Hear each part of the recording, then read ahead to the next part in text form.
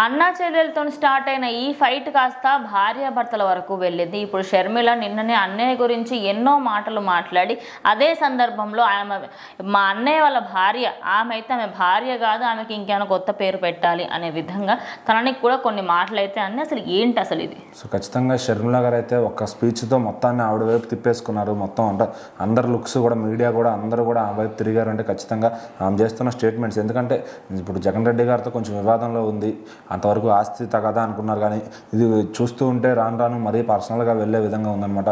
ఆవిడకి విజయసాయి రెడ్డి గారు వచ్చిన తర్వాత చాలా అయితే కొత్త విషయాలు అయితే తెలిసాయన్నమాట. మరి ఇప్పుడు ఆమె అన్నీ తెలుసుకుని ఒక క్లియర్ నాలెడ్జ్తో అయితే మళ్ళీ ముందుకు వచ్చి ప్రెస్ మీట్ పెట్టారు.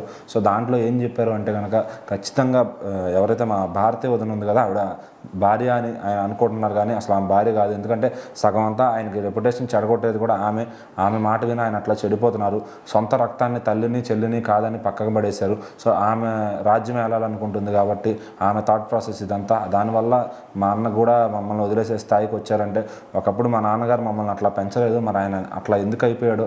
ఈరోజు ఒక క్యారెక్టర్లెస్ పర్సన్ లాగా అందరి ముందు ఉన్నాడు. సో క్యారెక్టర్ అనేది లేదు జగన్మోహన్ రెడ్డి గారికి అని చెప్పి కూడా చెప్పిందనమాట. అట్లానే ఒక ఖాళీ వాటర్ బాటిల్, మన జగన్ గారు ఏదో అంటారు అనమాట, వాటర్ బాటిల్లో నీళ్ళన్నీ పోసేస్తా ఏదో చెప్తుంటే ఇప్పుడు దానికి ఆపోజిట్గా ఏమో కూడా కౌంటర్ వేసింది అనమాట. నువ్వు ఒక ఖాళీ వాటర్ బాటిల్, క్యారెక్టర్లెస్ లేని ఒక నాయకుడు నువ్వు. సో నిన్ను జనం నమ్మరు ఖచ్చితంగా. ఇప్పుడు నేను నా జనం కోసం రాజన్న పెట్టిన రాజ్యం రావాలి అంటే ఖచ్చితంగా నేను పోరాడతాను అని చెప్పి కూడా ఆవిడ చెప్పిందనమాట. సో ఇప్పుడు జనం ఆవిడ మాటలు అయితే ఖచ్చితంగా నమ్ముతున్నారు. ఎందుకంటే ఇప్పుడు జగన్ గారు చేసిన అన్నీ కూడా ఒక్కొక్కటిగా ఆమె బయట పెడుతూ వస్తుంది.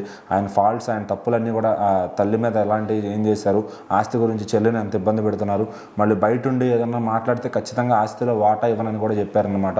సో ఎందుకంటే నువ్వు ఉంటే నా పార్టీలో చచ్చినట్టు పడి ఉంటే నేను నీకు ఇస్తాను, లేదు అంటే కనుక నువ్వు బయటే ఉండాలి, బయట ఉంటే నీకు ఆస్తి రాదు, అమ్మ నువ్వు అడుగు తినాల్సిందే అనే పొజిషన్లో ఆయన అయితే క్లియర్ క్రిస్టల్గా ఉన్నారు.